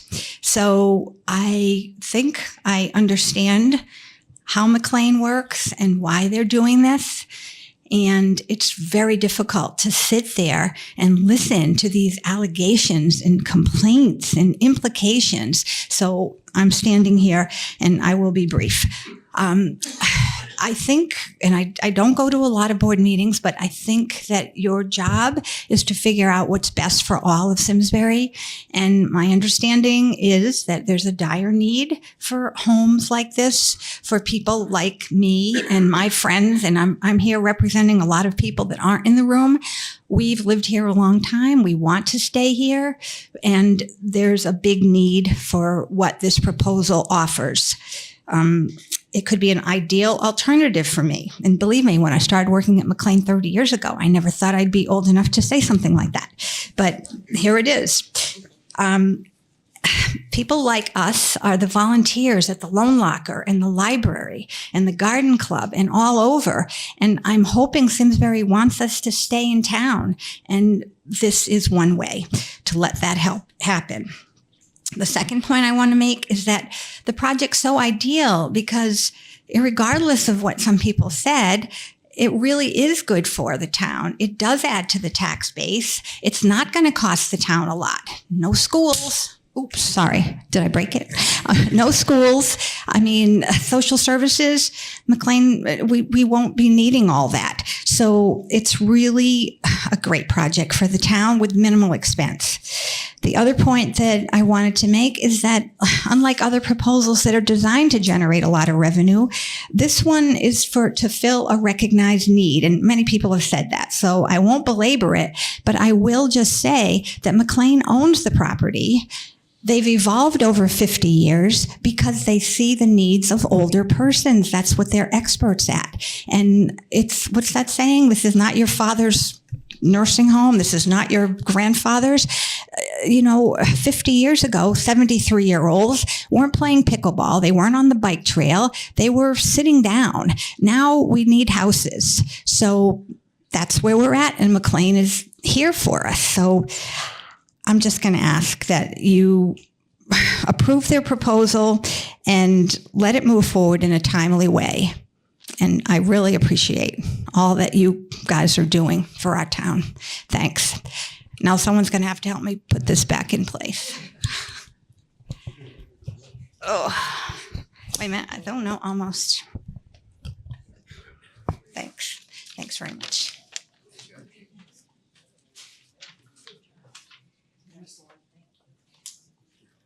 Good evening. My name is Rich Cooper, and I'm a fairly new resident at McLean. I wrote you in May prior to your last meeting, and my letter is part of the record of this application. But tonight I wanted to address you as you face the weighty task of deliberating and voting on the application before you. I feel and think I have a perspective that I can share with you. As many people my age, I've had various lives that I've lived. In the mid to late 1980s, I lived in a rural part of New York, west of Kingston and in the town of Olive. And I was privileged to be appointed to the planning board and then became the chairman of the planning board. As with all of you, I was a layperson who had to learn about zoning laws, planning laws, developers, and the process we are following here tonight. I spent my career in education, so I'm prone to try to educate others, as I hope to fulfill that mission tonight. You are all receiving and have received a large volume of information about the Meadows project being proposed by McLean. Let me be sure you are aware of the facts of this proposal. McLean is seeking to expand its independent living facilities by constructing 40 townhome-like apartments. These would be one-level living quarters of about 1,400 to 2,200 square feet. Most will be about 1,600 square feet. individuals who wish to participate in the CCRC or continuing care retirement community would pay a service fee, not rent, for this apartment as part of a lifelong health plan that assures them of continuing care as they progress through the later stages of life. They will not own the building they will live in, but will live in it and be able to participate in the activities available at McLean. Should they need it, they will have access to assisted living, memory care, or nursing care on the McLean campus. That's why McLean is classified as a health facility and not a residential community. Those of us who live at McLean don't own property. We don't even rent facilities. We pay a service fee for the present and future services we receive.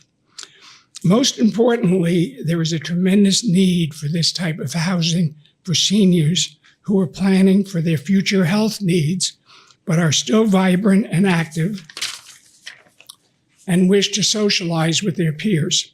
McLean has a wonderful reputation in Simsbury, this region, and throughout the state. It provides important services in a tasteful and attractive manner, and these Meadow home sites would expand their facilities with careful concern to the environment. Almost all residents in the area know of McLean's value, and they think highly of it. You yourselves have probably heard of this reputation and would probably agree with it. But as with any project of this type, there are some who oppose it and look to you as board members to somehow prevent this project from being approved. They have self-interest and imagine all types of consequences, some of which might be considered exaggerations. For example, one objection is the possibility of surrounding properties losing value. By my experience has shown that this is not the case when a tasteful project abuts a private property. And in the future, when and if this project is approved, those neighbors will discover that their properties will maintain their present and future value. I say when this project is approved because I know you take your role on this board seriously, and you know that an owner of a property has the right to improve it or change it or use it as she or he feels fit. As long as they conform to the land use policy and zoning policy you administer. As you deliberate, you use your knowledge of the laws and regulations, and you do your best to understand the project being proposed. You search out facts, not opinions, and overall, you approve such projects since you know they will not only benefit the entire community, but will also, in this case, provide needed services to individuals, some of whom have lived in Simsbury for much of their adult lives. So I urge you to accept the right of McLean to pursue this expansion. The facts presented to you about this project, the care of the environment which McLean is considering, and recognize the value of the Meadow Homes project. As for those neighbors who are budding property owners, only a few of whom object, their desire for you to use your power to stop or delay this project is well-intentioned, but has little standing in the long run. The benefits that McLean provides to Simsbury, Connecticut, and outweighs the minor consequences to the interveners outlined. When I sat on a planning board, I often had to tell individuals who objected to a proposal that a landowner has a right to use their property as they wish to. And though you may not like what they're proposing, the board doesn't have the power or intention to stop growth and change. Your role is to be fair and ensure that the project meets the reasonable legal standards. You do have to interpret what some regulations or policies provide, but your common sense and knowledge plays a big role in how you vote. I urge you to vote in favor of the Meadows project so between 40 and 80 new residents can get peace of mind and enjoy the McLean way of life. Most Simsbury residents will appreciate your doing so. Thank you. Okay, thank you.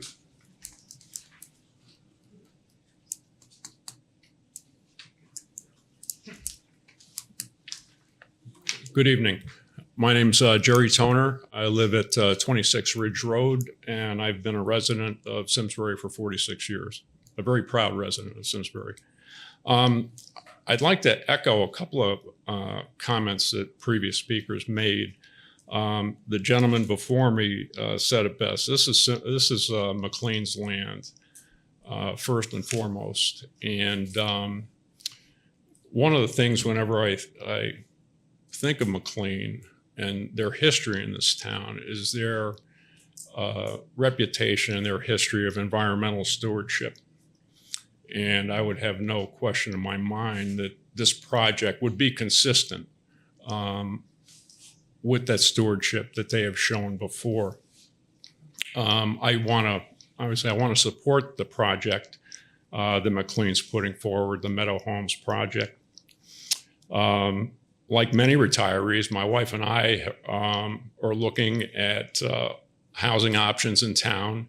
And, they're very limited, not just here. This is not just a Simsbury thing, but I think that McLean is really fulfilling a need, helping to fulfill a need that many of us are facing.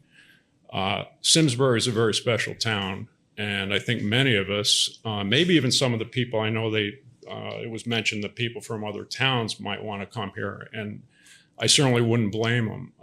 We came here, we want to stay here because of the quality of life here and the ability to be near family and friends and be part of the community.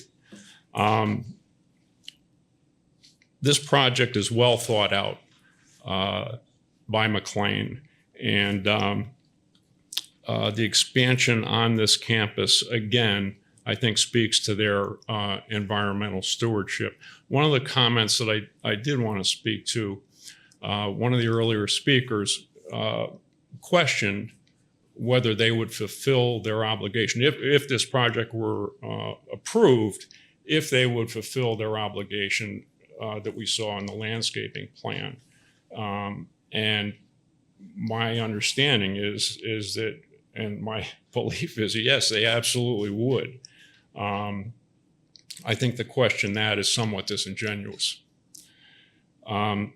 Projects like this one will add to the tax base. I can't tell you how much, but I do know that the folks that will be taking advantage of this will not create an adverse effect or impact on the services in this town. Again, the approval of this project will allow people like me the opportunity to stay connected to this community. And I think that's very important to myself and others who have spoken.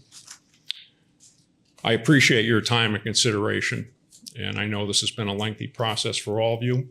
I want to salute McLean for the work they've done to put into this. I certainly respect all opinions that have been given. I think this is the right thing for the town of Simsbury. And I hope you will approve it to go forward. Thank you. Thank you, Jerry.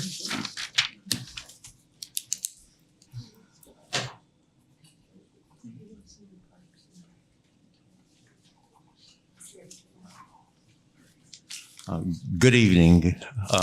Before I start, I just like to say that I've been involved on things like this before. Can you tell us your name and address, Oh, please? thank you.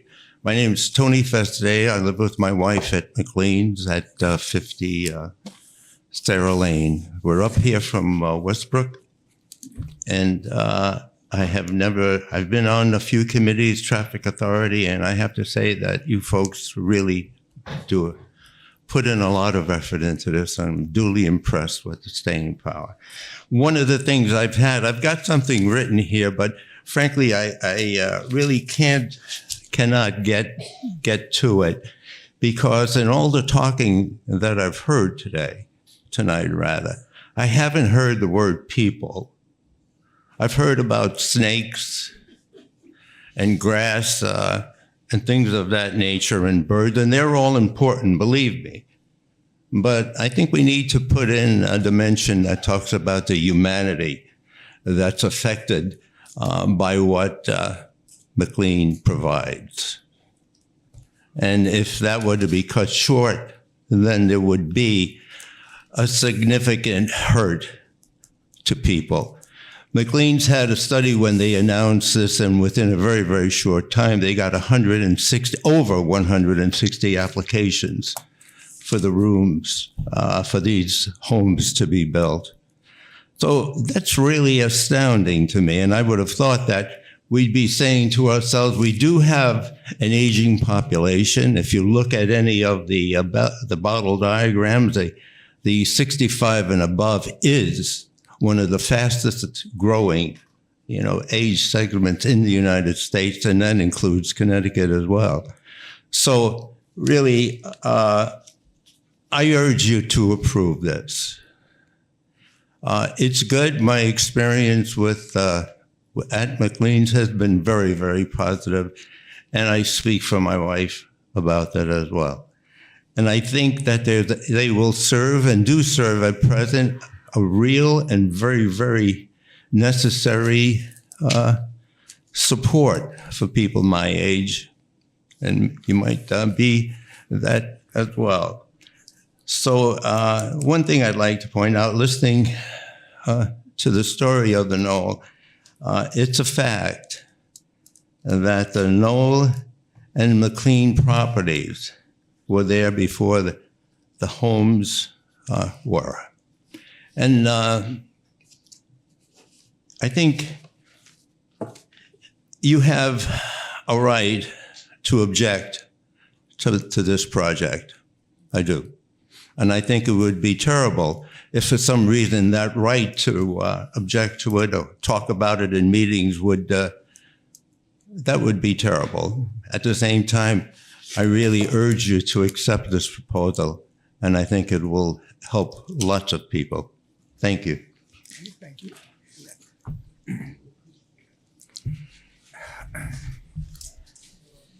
Hold on, Andrew, you spoke earlier the last meeting, so I did. We're going to let other people testify. I mean, you get one opportunity per hearing. I think we have 2 speakers left. Okay, Both that's of them- fine, but that's one opportunity per speaker, and you spoke in May. Well, Mr. Williams spoke first, even though it was already a continuation of the public hearing. Mr. Grigg was not allowed to speak, even though he was at the podium first, even though he was at the podium last time when the public hearing was stopped.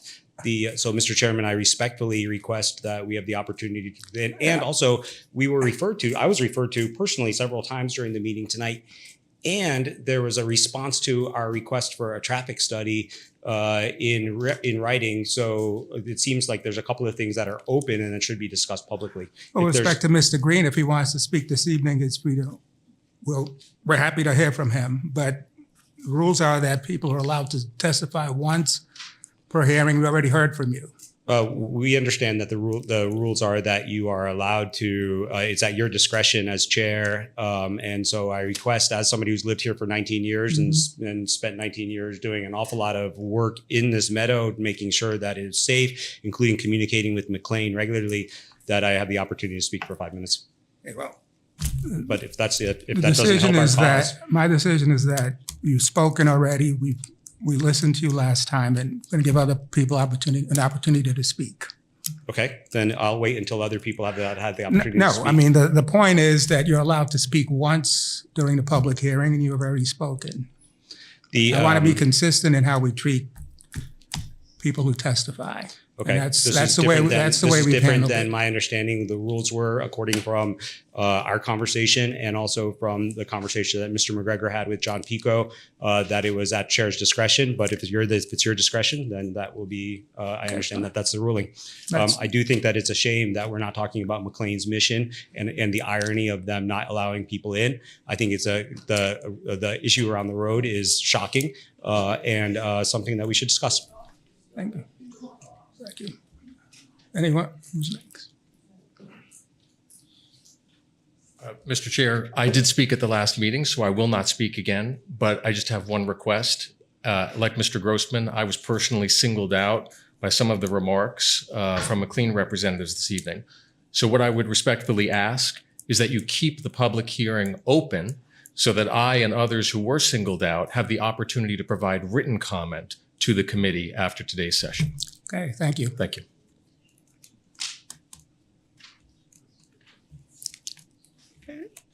Anyone else that wants to speak this evening?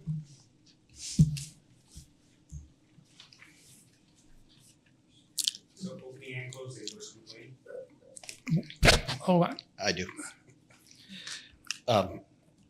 Well, thank you, Mr. Chairman. If all public comments have been received and the chair expects to close the hearing. Just a second. To be clear, the public hearing is not going to be closed this evening. We're going to continue the public hearing. Okay. So if this is going to be a final statement, I suggest you put it off until we close, just before we close the public hearing. Could I at least ask why you think it's necessary to continue it, Mr. Chair? Because we want to keep it open. That's our decision. Understood. Thank you. Mr. Chairman, if we would need a formal extension from the applicant to continue the hearing. Okay. Yeah, I mean, we are, hearings required to be completed within 35 days without an extension from the applicant, so you would need to ask the applicant for an extension. Okay. Well, we talk for a second. Do you want to recess?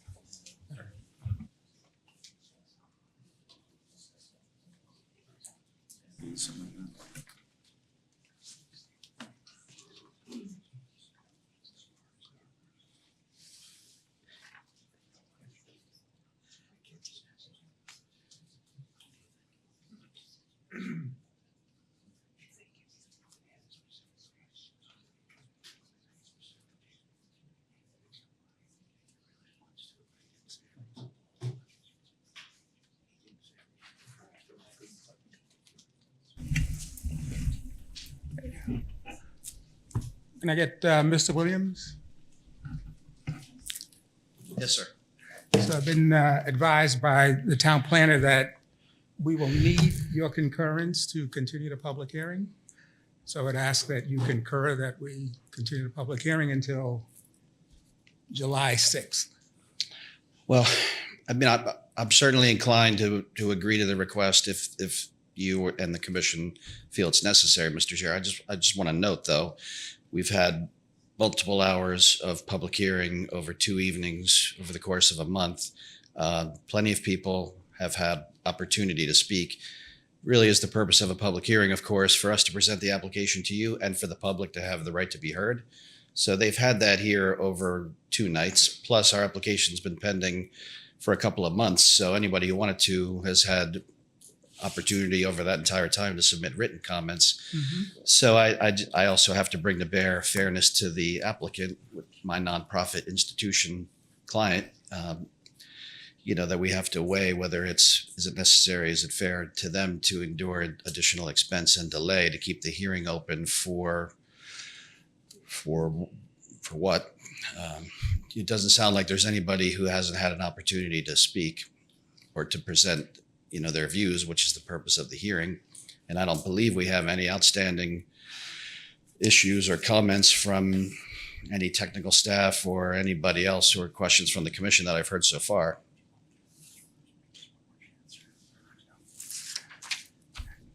I understand that, but as I said, we would like to keep it open.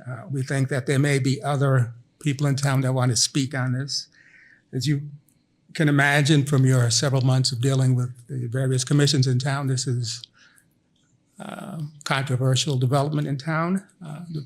And we want to make sure that everyone that would like to present their views to the commission have that opportunity. So we request that you consent to continue the hearing until July 6th. Very well, Mr. Chairman, we'll consent to it. Thank you.